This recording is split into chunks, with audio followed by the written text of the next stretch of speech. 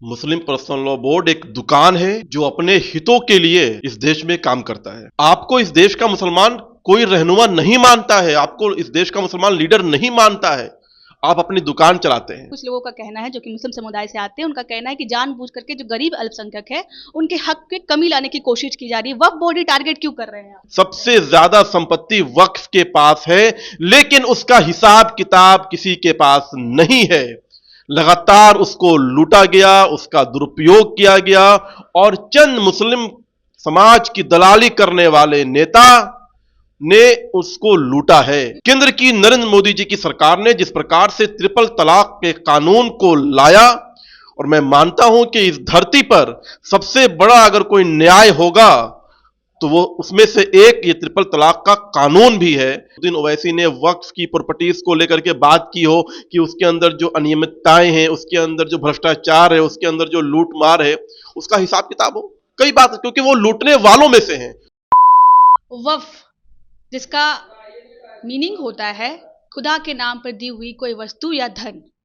वक्फ board जो है आजकल चर्चा पे है क्योंकि सरकार जो है इसके नियमों पे अधिनियम संशोधन करने वाली है, जिसको लेकर के जो है विवाद मचा हुआ है। देश में ऐसा कुछ नियम आए और विवाद ना हो, ये हो ही नहीं सकता है। वक्फ बोर्ड जो है वो दान की हुई वस्तु पर जो है निगरानी रखता है, इसी को वक्फ बोर्ड कहते हैं अगर हम शॉर्ट वे में बोले तो। अब इसको लेकर के क्या जो है हंगामा मचा हुआ है। हमारे साथ बात करने के लिए दानिश इकबाल जी है, प्रवक्ता है बीजेपी के। पर्सनल लॉ बोर्ड का कहना है, मुस्लिम पर्सनल लॉ बोर्ड का कहना है कि जानबूझ करके अल्पसंख्यकों को सताने के लिए और उनके हक में कमी लाने के लिए भाजपा ऐसा कर रही है। मुस्लिम पर्सनल लॉ बोर्ड की कोई विश्वसनीयता नहीं है। मुस्लिम पर्सनल लॉ बोर्ड एक दुकान है जो अपने हितों के लिए इस देश में काम करता है।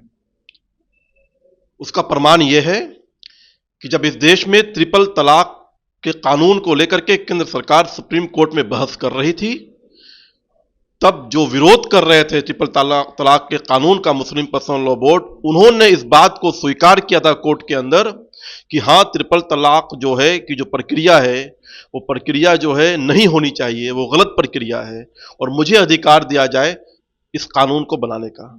तो एक तरफ तो जब आप विरोध कर रहे थे, दूसरी तरफ जब कोर्ट में बात गई तब आपने स्वीकार किया, तो इसलिए आपकी कोई विश्वसनीयता इस देश के अंदर नहीं है। आपको इस देश का मुसलमान कोई रहनुमा नहीं मानता है, आपको इस देश का मुसलमान लीडर नहीं मानता है, आप अपनी दुकान चलाते हैं। तो इसलिए उनके कहने से और ना कहने से कोई फर्क इस संशोधन में नहीं होने वाला है।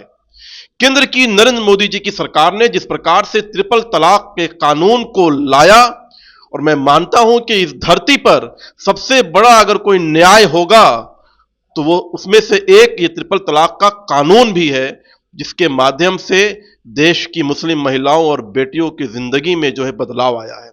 उसी प्रकार से वक्फ बोर्ड के अंदर संशोधन बहुत ही जरूरी है। वक्फ बोर्ड की जो प्रॉपर्टी है, जो लैंड है, वो आर्मी और इस देश के अंदर जो रेलवे की जमीन है उससे भी, उसके बाद तीसरे नंबर पे सबसे ज्यादा संपत्ति वक्फ के पास है, लेकिन उसका हिसाब किताब किसी के पास नहीं है।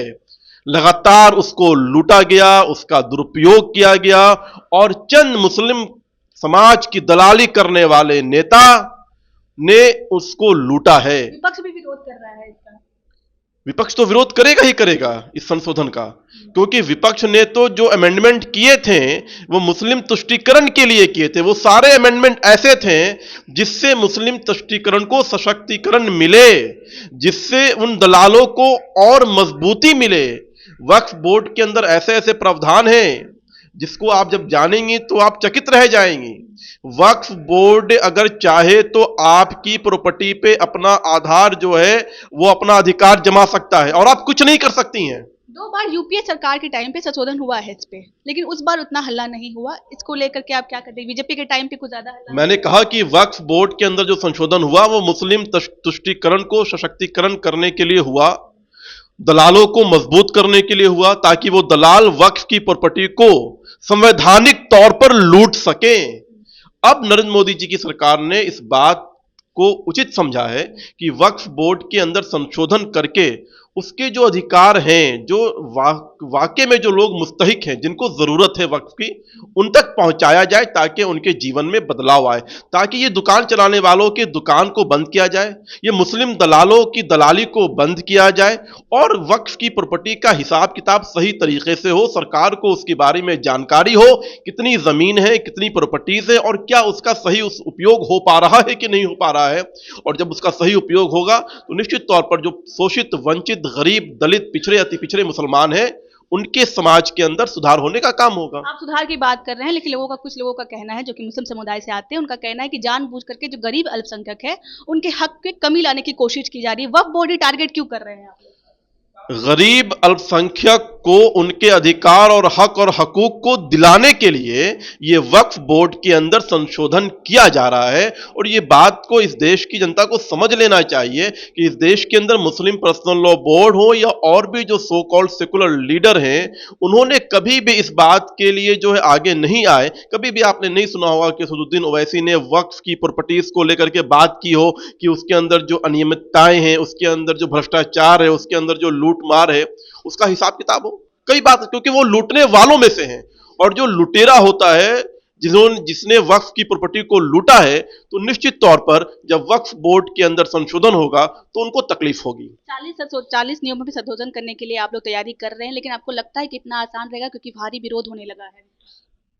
ट्रिपल तलाक का जो विरोध हुआ था, आपने देखा होगा पूरे देश में किस प्रकार से इन दुकान चलाने वाले लोगों ने, इन दलालों ने किस प्रकार से जो है भ्रमित करने का काम किया था।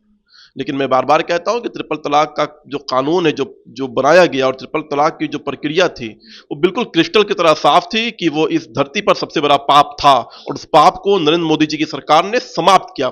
उसी प्रकार से गरीब, शोषित, वंचित, दलित, पिछड़े, अति पिछड़े मुसलमानों को उसका अधिकार, उसका हक हकूक दिलाने के लिए वक्फ बोर्ड में संशोधन करने जा रही है सरकार।